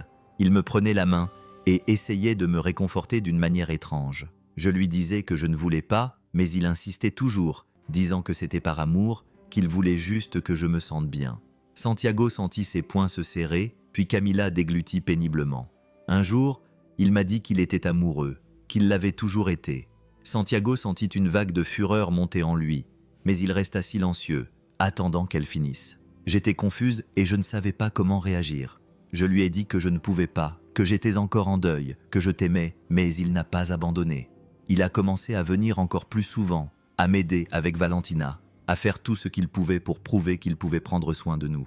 Santiago sentit la nausée monter dans son estomac. Il voulait prendre ma place. Camila acquiesça, fermant les yeux, retenant ses larmes, mais je ne l'ai jamais aimé. Santiago n'a jamais essayé de le repousser, mais il m'a fait culpabiliser. Il m'a dit que je devais passer à autre chose, que c'était ce que tu voulais, qu'il prenait soin de nous parce que c'était la bonne chose à faire. Santiago sentit sa respiration s'accélérer. Il t'a manipulé. Oui. Le silence qui suivit était étouffant. Camila tremblait, et Santiago sentit quelque chose en lui se briser à jamais. Ce n'était pas seulement la trahison d'un frère qui avait profité de la tragédie. Esteban lui avait volé sa vie, volé sa famille, et s'était mis à une place qui ne lui appartenait pas. Il ferma les yeux. Pendant un instant, il revécut le moment où les médecins avaient découvert l'erreur, la confusion, les tests, le dossier modifié. À ce moment-là, il n'y avait pas prêté attention. Mais maintenant, tout prenait sens. Il se souvenait du médecin tenant les papiers, fronçant les sourcils et disant que quelque chose n'allait pas. Il avait vu le dossier et il y avait un nom dessus. Son sang s'était glacé. Le nom d'Esteban était sur le courrier. Santiago avait ouvert grand les yeux, le souffle coupé. C'était lui. C'était Esteban qui avait signé les documents de l'hôpital. C'était lui qui était là quand personne d'autre ne s'était présenté. Il avait autorisé les décisions et manipulé les papiers de sortie. Il était la dernière personne à l'avoir vu avant que le monde ne le croie mort. Santiago passa ses mains sur son visage, essayant de contrôler la rage qui grandissait en lui. Si Esteban pouvait falsifier des papiers, il pouvait faire bien plus. Mais il y avait encore quelque chose qu'il devait comprendre. « Camila, dit-il d'une voix lourde, tu as dit qu'Esteban t'avait montré des photos de mon corps. Il a dit que j'avais beaucoup souffert à l'hôpital. » Elle acquiesça, essuyant toujours ses larmes. « Oui, il a dit que les médecins avaient fait tout ce qu'ils pouvaient, mais que ton corps n'avait pas tenu le coup. » Santiago regarda le sol, son esprit tournant à 1000 à l'heure. Il était dans le coma depuis 4 ans, mais et si ce n'était pas seulement l'accident?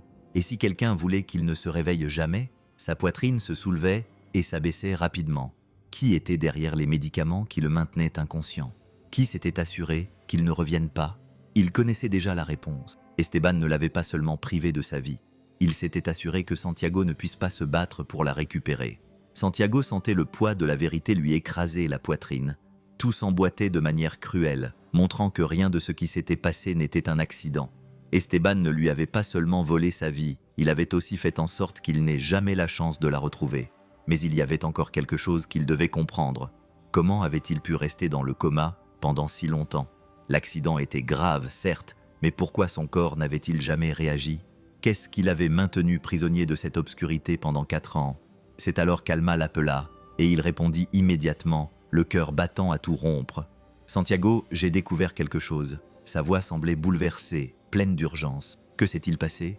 Elle hésita un instant, comme si elle essayait encore de rassembler ses pensées. « Je suis retourné à l'hôpital et j'ai dit que je voulais consulter ton dossier médical pour comprendre ce qui s'était passé. Santiago, j'ai trouvé quelque chose qui n'a pas de sens. » Il sentit son estomac se nouer. « Dis-moi tout, Alma. » Elle prit une profonde inspiration. Tous les 4 jours, une infirmière te donnait un sédatif très puissant. Le silence était suffocant. Santiago sentit son corps se figer. Que disent les dossiers? Cela faisait partie de ton traitement, pour aider à contrôler ton état. Mais Santiago, ce médicament n'était pas destiné à quelqu'un dans ton état. C'était un produit qui aurait rendu n'importe qui complètement inconscient. Santiago serra le téléphone dans sa main, comme s'il avait besoin de s'accrocher à quelque chose. « Ils m'ont maintenu dans le coma, Alma. » Sa voix était lourde de douleur. L'hôpital pensait qu'elle ne faisait que suivre les ordres médicaux. Mais quelqu'un s'est assuré que tu ne te réveilles jamais. La poitrine de Santiago se soulevait et s'abaissait rapidement. Maintenant, il comprenait tout. L'accident l'avait laissé dans ce lit. Mais c'étaient les doses constantes qui l'avaient maintenu prisonnier de ce coma sans fin. Qui a signé les autorisations? Alma fit une pause et Santiago connaissait la réponse avant qu'elle ne la prononce. Esteban. Le monde de Santiago bascula. Son propre frère. Il avait signé les papiers en prétendant prendre soin de lui, alors qu'en réalité, il s'assurait que Santiago ne rouvre jamais les yeux. Santiago ferma les yeux, la poitrine brûlante de rage. Il voulait sa mort. Alma prit une profonde inspiration à l'autre bout du fil. « Non, Santiago, je ne voulais pas que tu meures. Comment peux-tu dire ça? Si j'avais voulu ta mort, j'aurais agi différemment, mais il t'a maintenu en vie, assez longtemps pour que personne ne soupçonne quoi que ce soit, mais trop faible pour te défendre. » Santiago sentit un frisson lui parcourir l'échine. Esteban ne voulait pas seulement qu'il disparaisse, il voulait le contrôler, décider quand et comment il partirait. Santiago ne pouvait plus perdre de temps. Chaque seconde loin de la vérité était une insulte, une douleur qui grandissait et devenait plus forte qu'il ne pouvait le supporter. Esteban avait détruit sa vie, lui avait volé des années, avait éloigné sa famille et l'avait enterré sans remords. Mais maintenant, il frappait à la porte de son traître, marchant rapidement dans les rues, les poings serrés, le cœur battant à tout rompre. Son corps était encore faible, mais la rage le soutenait. Tout ce qu'il avait perdu, tout ce qu'il avait souffert, toutes les larmes que Valentina avait versées, toutes les nuits que Camila avait passées à pleurer sans connaître la vérité, tout cela était la faute d'Esteban. Lorsqu'il arriva devant la maison, il resta immobile un instant, fixant la porte comme s'il pouvait voir à travers. La maison était grande et belle, pleine de détails qui n'étaient pas là auparavant. Santiago reconnut l'endroit. C'était celle que Camila et lui rêvaient d'acheter un jour. Il lui avait dit qu'ils bosseraient dur pour qu'ils aient une vie meilleure, mais qui avait réalisé ce rêve? Ce n'était pas lui, c'était Esteban. Son estomac se noua. Il prit une profonde inspiration et frappa à la porte. Quelques secondes de silence. Le temps semblait s'étirer. Puis la poignée tourna, la porte s'ouvrit et Esteban apparut. Ce que Santiago vit le fit frissonner. Le visage de son frère pâlit immédiatement. Son corps se raidit, ses yeux s'écarquillèrent et son expression devint pure terreur. « Toi, Esteban, dit-il en reculant d'un pas, tu ne peux pas être ici. » Santiago sentit un goût amer dans sa bouche. Il ne dit pas « tu es vivant ». Il ne demanda pas « comment », car il savait. Il savait que Santiago n'était jamais mort. Il savait qu'un jour, ça pourrait arriver. Le silence entre les deux était lourd, comme si l'air était trop épais pour respirer. Surpris, la voix de Santiago était ferme, mais pleine de douleur et de haine. Esteban essaya de contrôler son expression, mais la peur était toujours là, reflétée dans ses yeux. C'est une sorte de blague. Santiago fit un pas en avant, ce qui fit reculer son frère. Une blague? Il rit, mais sans aucune trace d'humour. Tu m'as enterré, Esteban. Mais je suis revenu. Esteban déglutit, essayant de se contrôler. Je ne sais pas de quoi tu parles. Santiago sentit sa poitrine brûler. Ne me mens pas, cria-t-il, et Esteban trembla. Je sais tout. Je sais que c'est toi qui as simulé ma mort. C'est toi qui as manipulé Camila. C'est toi qui m'as drogué pendant des années. Esteban détourna le regard pendant une seconde, puis releva la tête, s'efforçant de rester ferme. Et qu'est-ce que tu vas faire maintenant, Santiago? Accuser ton propre frère après tout ce qui s'est passé, après tout ce temps. Tu penses que quelqu'un sera de ton côté? Santiago sentit un frisson lui parcourir le dos. Tu as détruit ma vie. Esteban plissa les yeux. Je t'ai offert une fin digne. Je t'ai libéré du fardeau que tu portais. J'ai fait ce que je devais faire. Santiago sentit son cœur se serrer. Il n'était pas désolé, pas même un peu. Le regard d'Esteban se durcit. Tu aurais dû rester où tu étais, Santiago. Santiago serra les mâchoires. Tu avais tort. Je suis revenu, et maintenant tu vas payer pour tout ça. Le silence entre eux était pesant. La guerre entre eux venait de commencer. La poitrine de Santiago se soulevait et s'abaissait lourdement. Sa respiration était incontrôlée. Ses poings tremblaient de rage. Devant lui, Esteban restait immobile, essayant de cacher sa peur, mais échouant lamentablement. La sueur coulait de son front, ses yeux allaient et venaient comme s'il cherchait une issue, mais Santiago n'allait pas le laisser s'échapper, pas cette fois. Avant même de pouvoir contrôler son propre corps, il s'avança d'un mouvement rapide, attrapa Esteban par le col de sa chemise et le poussa violemment contre le mur. Le choc produisit un bruit sec. Son frère ouvrit grand les yeux, essayant de se libérer, mais Santiago le serra encore plus fort. « Tu m'as tué », dit-il d'une voix brisée, chargée d'années de rage, de désespoir, de tout ce qui l'avait lié à lui. Tu m'as fait perdre 4 ans.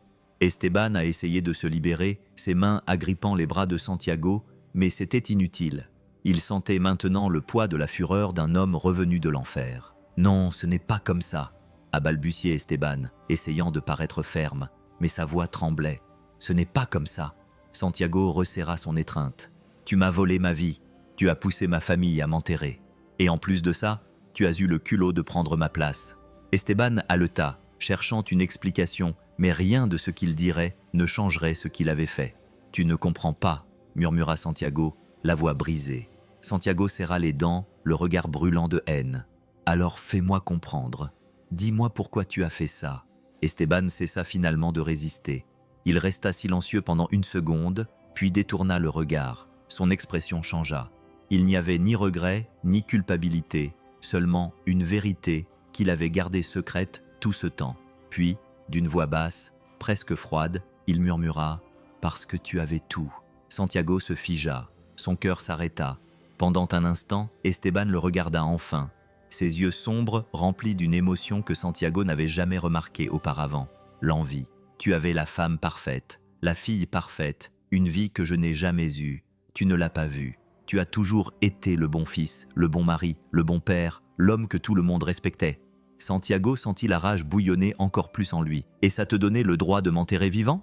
Esteban laissa échapper un petit rire amer. « Tu ne comprends pas. J'ai juste pris ce qui aurait dû être à moi. » Santiago serra les dents, sentant sa poitrine brûler. « Ma vie ne t'a jamais appartenu.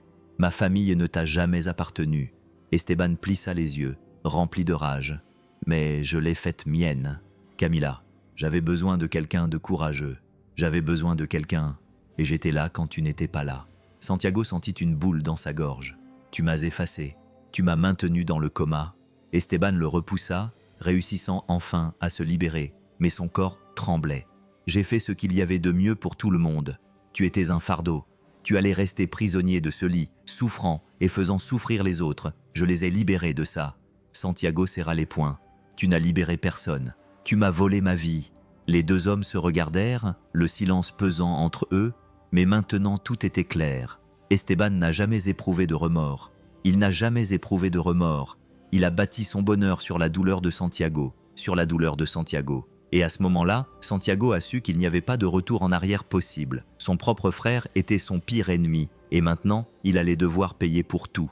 Santiago sentait son cœur battre à toute vitesse. Le sang affluait dans chaque partie de son corps. Il a discrètement sorti son téléphone portable de sa poche. Malgré la rage qui le brûlait de l'intérieur, ses doigts appuyèrent sur le bouton d'enregistrement. « Répète ça, Esteban. » Sa voix était ferme, chargée d'une fureur contrôlée. « Dis-le pour que tout le monde puisse l'entendre. Dis comment tu m'as volé ma vie, comment tu as poussé ma famille à m'enterrer vivant. » Esteban rit, mais c'était un rire nerveux. Son masque commençait à se fissurer. « Tu crois que quelqu'un va te croire ?» ricana-t-il, mais l'insécurité était claire dans sa voix. Avant que Santiago n'ait le temps de répondre, il entendit des pas derrière lui, puis une voix fragile et tremblante, pleine d'une émotion qui le paralysa. « Papa ?» Son cœur s'arrêta de battre. Il se retourna lentement, et ce qu'il vit lui brisa le cœur. Valentina était là, les yeux brillants de larmes, le souffle saccadé, son petit corps tremblant. Camila avait les mains sur la bouche, choquée par la scène qui se déroulait devant elle. Santiago sentit un frisson lui parcourir l'échine. Ils avaient tout entendu. Le silence fut rompu par la voix faible de Valentina. « Oncle Esteban, il a menti. » Ses yeux passèrent de Santiago à Esteban, la confusion et la douleur se reflétant sur chaque partie de son petit visage. Esteban déglutit péniblement et tenta de dire quelque chose, mais Valentina n'attendit pas. La surprise se transforma en quelque chose de plus grand, de la colère, de la tristesse, du courage. « Tu m'as enlevé mon père !» cria-t-elle, la voix brisée. Esteban recula d'un pas, son visage devenant encore plus pâle. « Valentina, écoute, elle ne pleurait pas, ses petits poings serrés. J'ai tellement pleuré pour mon papa. J'ai rêvé de lui et de toi. Tu savais qu'il était vivant tout ce temps. » Santiago sentit une boule dans sa gorge. Il voulait courir la serrer dans ses bras, mais son corps était paralysé par la scène. Camila ferma les yeux un instant et lorsqu'elle les rouvrit, son regard était différent. « Je t'ai fait confiance, Esteban. » Sa voix n'était qu'un murmure, mais elle était pleine de douleur. « Je t'ai laissé entrer dans ma maison, dans ma vie, dans la vie de ma fille. Et tu as fait ça. » Esteban n'avait aucune issue. Santiago prit une profonde inspiration et leva son téléphone portable, qui continuait d'enregistrer. « Maintenant, tu vas tout raconter, Esteban. Tu vas dire ce que tu as fait à l'hôpital, comment tu as signé ces papiers, comment tu as payé pour que je reste sous l'effet des médicaments à cause de ça. Ça ne s'arrête pas là. » Esteban regarda tout le monde désespérément, cherchant un moyen de s'échapper, mais il était trop tard. Puis, d'un mouvement rapide, il tenta de s'enfuir. Ses pieds avaient à peine touché le sol que la sirène d'une voiture de patrouille retentit dans la rue. La police était déjà là. 2 agents sortirent de la voiture et s'approchèrent de lui, leurs armes baissées, mais prêtes à agir. « Monsieur Esteban, levez les mains. »« Non !» Le frère de Santiago est resté immobile un instant, puis il s'est retourné et a essayé de s'enfuir dans une ruelle à côté de la maison. C'était inutile. Les policiers ont avancé rapidement. L'un d'eux l'a attrapé par le bras, le tirant en arrière, tandis que l'autre sortait déjà les menottes. « Non, Esteban, ne te débats pas. Ce n'est pas juste. Je l'ai fait par amour. » Santiago sentit un nœud se former dans son estomac lorsqu'il entendit ces mots. « Par amour !» Camila murmura, le regard incrédule. Esteban la regarda, le visage déformé par le désespoir. « Camila, je l'ai fait pour toi. Tu ne comprends pas? J'ai pris soin de toi. Quand personne d'autre n'était là, j'ai fait ce que Santiago n'aurait jamais eu le courage de faire. » Camila secoua la tête, les larmes coulant sur ses joues. « Tu as détruit ma vie. » Les flics ont éloigné Esteban et lui ont passé les menottes. Il n'a pas crié. « Non, Camila. Écoute, je l'ai fait pour nous. » Elle détourna le regard. Valentina serra fort la main de Santiago, les larmes coulant silencieusement sur ses joues. Esteban résista, essayant de se débattre, mais ils le poussèrent rapidement dans la voiture de police. La porte se referma, et soudain, le silence envahit la rue. Santiago regarda Camila, qui tremblait encore, le regard perdu dans le sol. Puis il regarda Valentina, les yeux rougis par les larmes, mais qui tenait toujours sa main fermement. Il les attira toutes les 2 vers lui et les serra dans ses bras de toutes ses forces. Valentina pleura contre sa poitrine et sentit son petit corps trembler. « C'est fini !» murmura-t-il en fermant les yeux. Camila ferma les yeux et laissa couler quelques larmes supplémentaires avant de finalement parler. « Pardonne-moi. » Sa voix était faible, brisée, pleine de regrets. « Je n'aurais jamais dû le croire, » continua-t-elle en sanglotant. « J'aurais dû me battre pour toi, j'aurais dû sentir que quelque chose n'allait pas. » Santiago prit une longue et profonde inspiration. Il se demandait comment Camila n'avait pas réalisé qu'elle avait accepté sa mort sans poser de questions. Comment elle avait laissé Esteban entrer dans sa vie. Mais maintenant, en la voyant là, brisée devant lui, il savait que ce n'était pas sa faute si elle avait été trompée. Elle souffrait, pleurant sa perte chaque jour. Elle vivait un chagrin qui semblait réel. Il aurait pu la détester. Il aurait pu crier. Il aurait pu dire qu'il ne lui pardonnerait jamais. Mais il ne l'aurait pas fait. La haine ne l'aurait mené nulle part. Il fit un pas en avant et prit ses mains tremblantes. Camila ouvrit les yeux, surprise, mais ne se retira pas. « C'est fini, Camila », dit-il d'une voix ferme mais fatiguée. « On ne peut pas changer ce qui s'est passé, mais on peut aller de l'avant. » Camila laissa échapper un sanglot bruyant, ferma les yeux et secoua la tête. « Je ne sais pas comment te regarder sans avoir honte. » Santiago lui serra les mains. « Regarde-moi maintenant. » Elle hésita, puis leva les yeux. Il la regarda longuement avant de prononcer les mots qui la libéreraient de cette douleur. « Je te pardonne. » Camila fondit en larmes et, sans réfléchir, se jeta dans ses bras. Santiago sentit son corps trembler contre le sien. Il sentit la douleur s'échapper à chaque larme qu'elle versait. Il savait qu'il y avait encore des blessures, mais là, dans cette étreinte, un nouveau départ voyait le jour. Il regarda Valentina qui observait la scène de loin, les mains jointes et les yeux remplis de larmes. Il avait attendu si longtemps pour retrouver sa famille, et maintenant, ils étaient enfin prêts à recommencer à zéro. La maison qui avait été la sienne ne lui appartenait plus. Une autre famille y vivait. Une autre histoire s'écrivait dans cet endroit, mais cela n'avait aucune importance. Santiago prit la main de Valentina d'un côté et celle de Camila de l'autre. Ils marcheraient ensemble vers une nouvelle maison, vers une nouvelle vie, la vie qu'il allait retrouver. Santiago se tenait à la porte de la chambre, regardant Valentina dormir. Sa respiration était douce, ses cheveux étaient éparpillés sur l'oreiller, son visage était paisible. Elle était si belle, si grande, et il n'était pas là pour le voir. Ses yeux se mirent à brûler. Il essaya de retenir ses larmes, mais c'était impossible. 4 ans, 4 années volées, 4 anniversaires qu'il n'avait pas fêtés, 4 Noëls sans lui, 4 années pendant lesquelles Valentina avait regardé le ciel, souhaitant peut-être que son père revienne, sans savoir qu'il était vivant, emprisonné, incapable de l'appeler. Il s'approcha lentement, la gorge serrée. Il s'assit à côté du lit et passa doucement ses doigts dans ses cheveux. Comment avait-il pu perdre autant? Comment avait-il pu laisser le temps s'écouler ainsi? Mais alors, au milieu de ce tourbillon d'émotions, Valentina remua légèrement et ouvrit lentement les yeux. Elle cligna plusieurs fois des paupières, encore à moitié endormie, jusqu'à ce que son regard croise le sien, puis elle sourit. « Papa ». Santiago ferma les yeux. Elle cligna plusieurs fois des yeux, encore endormie, jusqu'à ce que son regard croise le sien, puis elle sourit. « Papa ». Santiago ferma les yeux un instant, retenant un sanglot. « Je suis là, ma fille. Je suis là, Valentina. » Elle bâilla et se tourna sur le côté, lui prenant la main. « Tu vas rester, n'est-ce pas ?» La boule dans la gorge de Santiago grossit encore. « Je ne te quitterai plus jamais. » Elle ferma à nouveau les yeux, calme, lui tenant la main comme pour s'assurer qu'il ne disparaîtrait pas. Santiago resta là à la regarder, ressentant le poids de la culpabilité et la douleur des années perdues. Mais il ressentait aussi quelque chose de nouveau, quelque chose qu'il n'avait pas ressenti depuis longtemps, l'espoir. Il ne pourrait jamais rattraper les années qui s'étaient écoulées.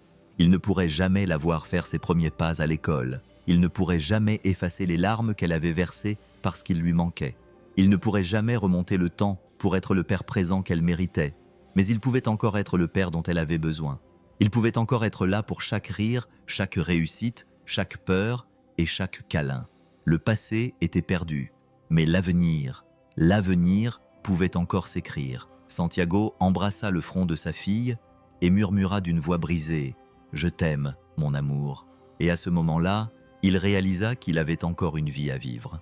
Santiago marcha dans les couloirs de l'hôpital, la gorge serrée.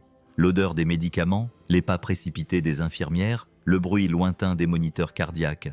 Tout cela le ramena à ces années où il était pris entre la vie et la mort, inconscient, oublié, effacé de sa propre histoire. Mais maintenant, il n'était plus un homme perdu. Maintenant, il avait un but.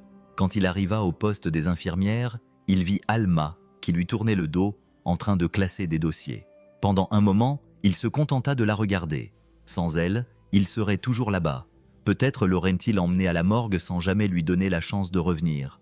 Il prit une profonde inspiration et s'approcha d'elle. « Je pensais ne jamais te revoir, Alma. » Elle se retourna et lui sourit doucement quand elle le vit. « Santiago, » dit-elle d'une voix soulagée. « Comment vas-tu » Il regarda ses mains comme s'il venait de réaliser qu'il était toujours là, qu'il respirait, qu'il vivait mieux que jamais.